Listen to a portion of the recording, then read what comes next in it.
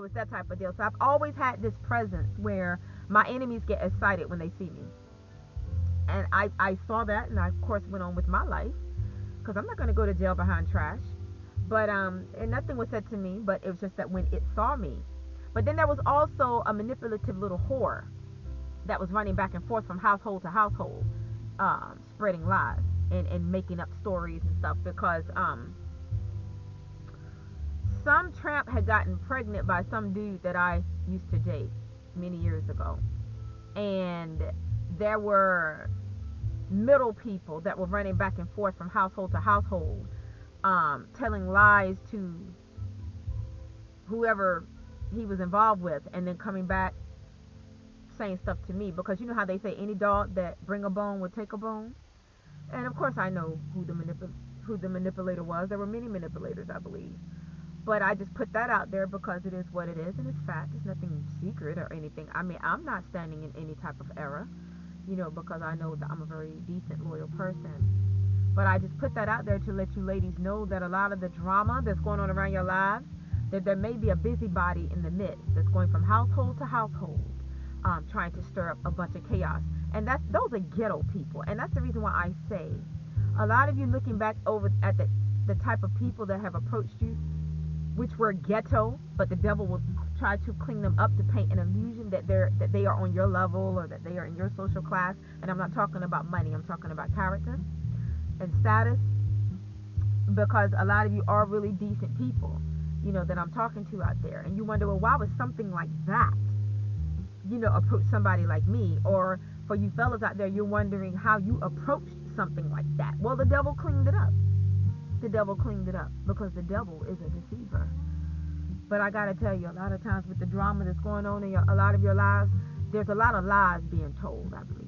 And that's what's causing people to come at certain people. Because think about it. Anybody can tell a lie.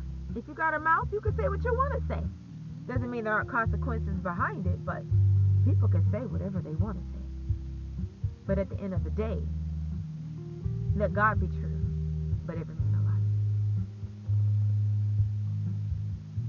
God will prove your character. He will prove everything about you all. And for a lot of you sisters out there, a lot of these females that come at you that are tramps, they're just mad because you were not the whores that they were. Of course they'll try to call you that. You weren't. But they were whores that ran the streets and they wanted to sleep with everybody, including your man. And they just couldn't wait for you all to get involved with somebody so that you could become a topic. Because as long as you are that girl over there, you're a homebody, you stay to yourself, you're not, they'll talk about you because they're haters, but they won't talk about you, like they would if you get involved with something out of their account. You understand? Because now they feel like, okay, now we're going to focus on this relationship. Now let's see what goes on with them. Now let's see how we can manipulate and situate and obligate, whatever that is. I don't know if that fitted that, but anyway, I was on a roll, y'all. But no, nobody's going to manipulate me. Nobody's going to provoke me to anger. Most of the tramps, if they're trying to gaslight me, that's not going to work either, and that's a narcissist way of doing things. Because one thing a narcissist tramp knows about me, if you touch me, that's how I'm going to handle it. That's when I'm going to handle it. Okay? So no, I cannot be manipulated, gaslit, or what do you call it? Whatever. No, that can't happen. Not with the sister here. You just keep your hands to yourself. That's all I gotta say to him.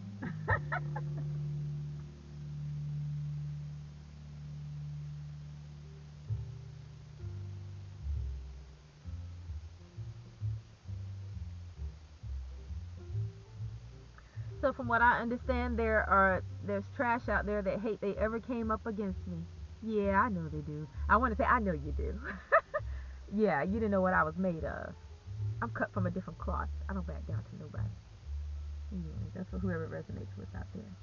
And then a lot of these traps that came up against me are females that I probably hung out with back in the day. Well, I didn't do what they were doing, but just some old whores that I never should have hung with in the first place. And we've all hung with whores, my sisters, that we never should have hung with. We've all dated dudes that we never should have dated. We never should have given them our time of day. But I guess for a lot of you, if you just felt like, well, I'm not doing anything, I'm just living my life, trying to find out what I want to do with my life, you don't see any harm in dating certain people. You don't see any harm in hanging with certain people, but I'm telling you, it's a setup. Of course it is. Because you were always the gem among that junk. This message is resonating with somebody out there. You were the gem, not them. And I know a lot of you feel like, oh, I never should have affiliated myself with those people. I should have just stayed to myself. Well, you have every right to feel that, and yeah, but you know what? When you know better, you do better, and you got to live life. You can't live your life in a glass bubble or plastic bubble. You can't live your life just being at home all the time, watching TV shows, ordering pizza, and just shopping, and that's it. You have to go out and experience life. And in experiencing life, you have to interact with people. And 9 times out of 10, it may initially be the wrong people. I know for me it was. But Father is there with you. He said, lo, I'm with you always, even unto the end of the world. Even if you're not a believer, let me tell you, even if you're not saved, sanctified, and filled with the Holy Spirit, Father's still there with you. Because when I was hanging out years ago, I wasn't a follower of Jesus, but I was a respecter of Jesus. I wasn't a follower, but I respected him, and I loved him. And I'll put it like this. I had my ethics and my morals, of course, brought up that way. But of course, I'm not perfect like anybody else. None of us are perfect. But when you know better, you do better. Okay? So that word was for somebody out there. Okay? A word of encouragement out there. Cut yourself some slack, honey. You're doing good. You're doing good. You're doing good. If you love you, you're doing good. And I've always loved myself. And that's the reason why I was not about to lay down and allow my enemies to walk over me, nor anybody that I used to date. I dated them, but they didn't date me. I guess that's the situation. But hey, sometimes it's like that, you know? Go with the flow.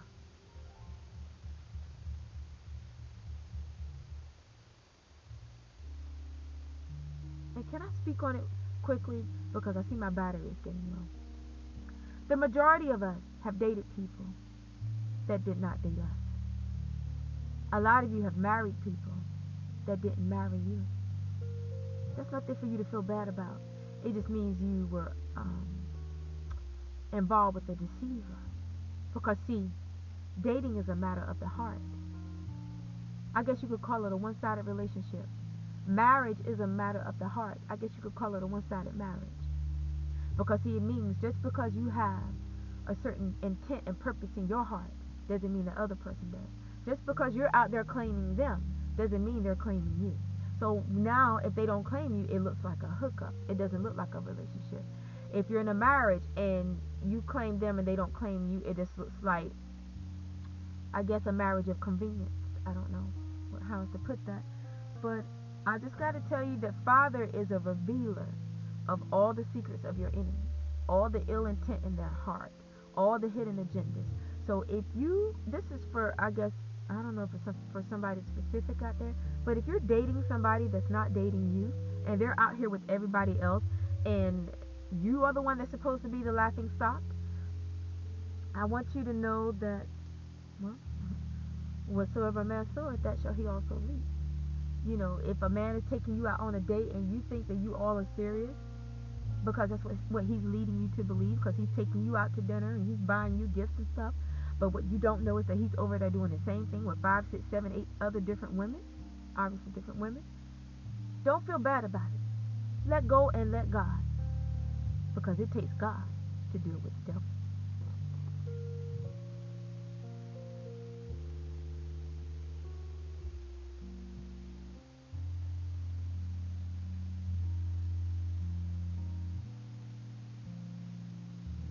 I don't know personally of anything any dirtier to do to a person than deceive them.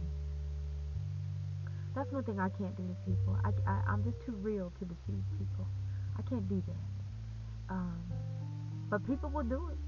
They will do it. You know, but it's the type of world we live in, so that's why you have to be on your P's and Q's at all times. And I know it can be frustrating because some of you feel like, I can never let my guard down. Some of you probably feel like, I can't even let my guard down in my own house, because your spouse cannot be trusted. But hey, you can get in the presence of the Lord